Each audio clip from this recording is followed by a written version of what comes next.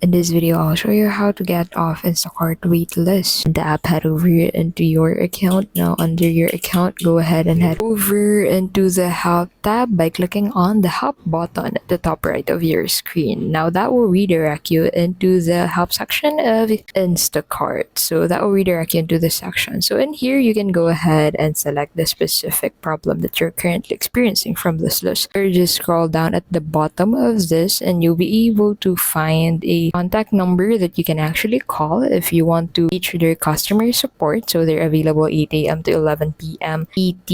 And you can also get help from their customer service through chat by clicking on the Get Help button, which you'll find above the number provided. Go ahead and click on that Get Help button to actually reach a customer support for this problem. So in here, you can go ahead and click on My Account, since the problem that you're currently experiencing is getting off Instacart Waitlist. In here, go ahead and click on Account Information, and that will redirect you into this section where you can actually click on I still need help from this, and on the chat section you need to actually explain the problem that you're currently experiencing with Instacart. And since you want to get off Instacart waitlist, you can explain that there and wait for their response once they get back to you. That is how you can simply get off Instacart waitlist.